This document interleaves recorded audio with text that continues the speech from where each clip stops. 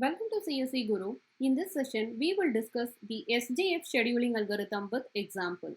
SJF is nothing but shortest job first scheduling algorithm. In short, we will tell it as SJF scheduling algorithm.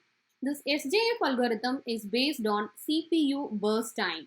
That is, the algorithm will select the process and assign to the CPU based on the CPU burst time. In this algorithm, the process with the smallest burst time will be allocated to the CPU for execution first. Suppose if two processes having same burst time means to break the tie, FCFS scheduling is implemented for those process. It is also called shortest next CPU burst algorithm. Since every time the algorithm will choose the process based on the least CPU burst time, it is also called shortest next CPU burst algorithm. And this SJF algorithm is a non-preemptive scheduling algorithm. That is, once the process is assigned to the CPU for execution, till it completes its execution, it will not be suspended from its execution with the CPU. And if you are considering this FCFS scheduling algorithm, the main drawback of FCFS scheduling algorithm is the average waiting time will be increased. That is, if a long burst time process is assigned to the CPU for execution, the shortest burst time process has to wait for a long time in the ready queue. So in that situation, the average waiting time of all the process will be high.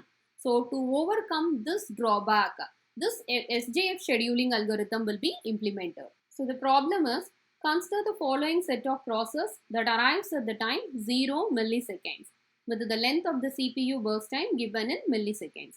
There are 4 processes with the burst time 6, 8, 7 and 3. So here the arrival time for all the processes 0 milliseconds.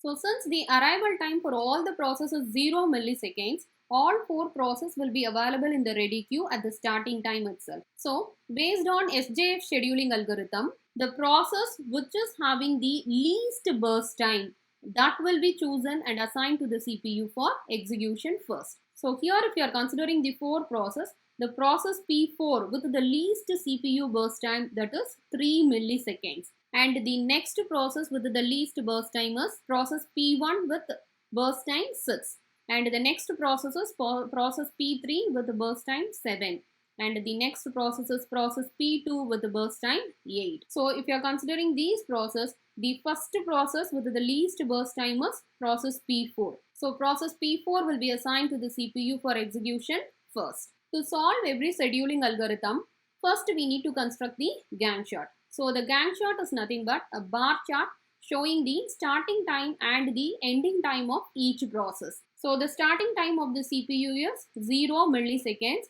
and the first process assigned to the CPU for execution is P4 with the burst time 3. Among these 4 processes, the least burst time is 3. So process P4 is assigned to the CPU for execution first. Once the process P4 completes its execution, the next process with the least burst time is process P1 with 6 milliseconds. So next process P1 will be assigned to the CPU for execution and the burst time is 6. Already 3 milliseconds is taken by process P4 and now the process P1 will execute for another 6 milliseconds. That is 3 plus 6, it is 9. Once the process P1 completes its execution, the next process with the least CPU burst time is process P3 with 7 milliseconds. So process P3 will execute with the CPU for 7 milliseconds. So 9 plus 7, it is 16 milliseconds. And the next process is process P2 with 8 milliseconds. So 16 plus 8, it is 24. So if you are considering this Gantt chart, the starting time and the finishing time or the completion time we can able to identify easily. So for process P4, starting time is 0 and the completion time is 3. And for process P1, starting time is 3, completion time is 9. Process P3, starting time is 9 and completion time is 16. And for process P2, starting time is 16 and the completion time is 24. So for process P1, completion time is nothing but 9 milliseconds. And for process P2, completion time is 24 milliseconds. And for process P3, the completion time is nothing but 16 milliseconds. And for process P4, the completion time is 3 milliseconds. The left side value will show the starting time of each process, and its right side value shows the completion time or the finishing time of each process. Next, we need to find the turnaround time. Turnaround time is nothing but the time when the process enters into the ready queue and the time when the process completes its execution. This time interval is nothing but the turnaround time. The turnaround time we can able to calculate easily with the formula completion time minus arrival time. Since the arrival time here it is considered as 0 milliseconds, so the completion time is itself the turnaround time. So for process P1 turnaround time is 9. So for process P2 it is 24, P3 16 and P4 it is 3.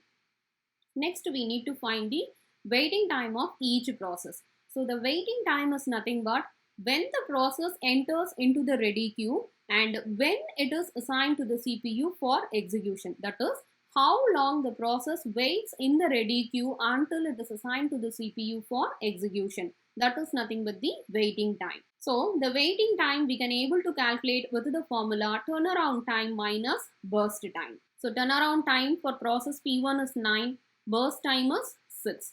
So 9 minus 6, it is 3. That is 3 milliseconds it waits in the ready queue to get the CPU. And for process P2 it is 24 minus 8. It is 16. And for process P3 it is 16 minus 7. It is 9. Process P4 it is 3 minus 3. It is 0. The waiting time also we can able to identify with the Gantt chart easily if the arrival time is 0. Suppose if the arrival time is given means the waiting time we need to identify with the Gantt chart and we need to subtract the arrival time. So here if we are considering the waiting time is nothing but the left hand side value, we will consider it as the waiting time of each process. So for process P1 the waiting time is nothing but 3, and for process P2 waiting time is 16. And for process P3 waiting time is 9, and for process P4 the waiting time is 0 milliseconds. So here if you are considering for every process, the left hand side value will be taken as the waiting time and the right hand side value will be taken as the completion time. And this is the case for arrival time 0 milliseconds for all the process. Suppose if the arrival time is given means the left hand side value we have to consider it as the waiting time and we need to subtract with the arrival time. Then we will get the waiting time. Next, we need to find the average turnaround time and the average waiting time. So here if you are considering the average turnaround time is nothing but sum of all the process turnaround time divided by number of process. So here it is 52 divided by total number of processes 4. That is 13 milliseconds.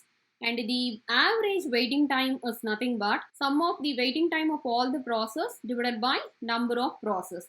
So sum of the waiting time is 28 divided by number of processes 4.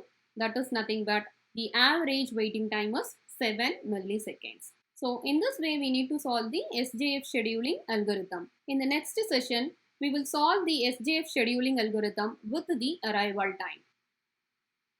Thank you for watching this video.